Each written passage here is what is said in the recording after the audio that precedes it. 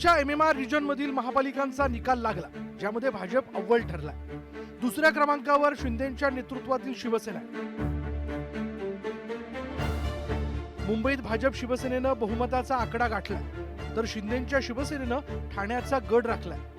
नवी मुंबई, मीरा भाईंदर आणि पनवेलमध्ये भाजपचं कमळ फुललं। कल्याण, डोंबिवली, उल्हासनगरमध्ये शिवसेनेनं बाजी मारली।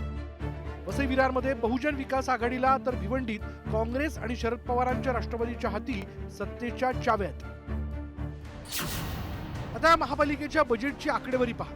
मुंबई महानगरपालिका 74,000 कोटी रुपये, नवी मुंबई 5,710 कोटी रुपये, ठाणे 5,645 कोटी रुपये, मीरा भाईंदर 2,700 कोटी रुपये, कल्याण डोंबिवली 3,300 कोटी रुपये, वसई विरार 3,900 कोटी रुपये, पनवेल 4,000 कोटी रुपये, भिवंडी 1,100 कोटी रुपये, उल्हासनगर 1,000 कोटी रुपये इतकं या महापालिकांचं बजेट आहे।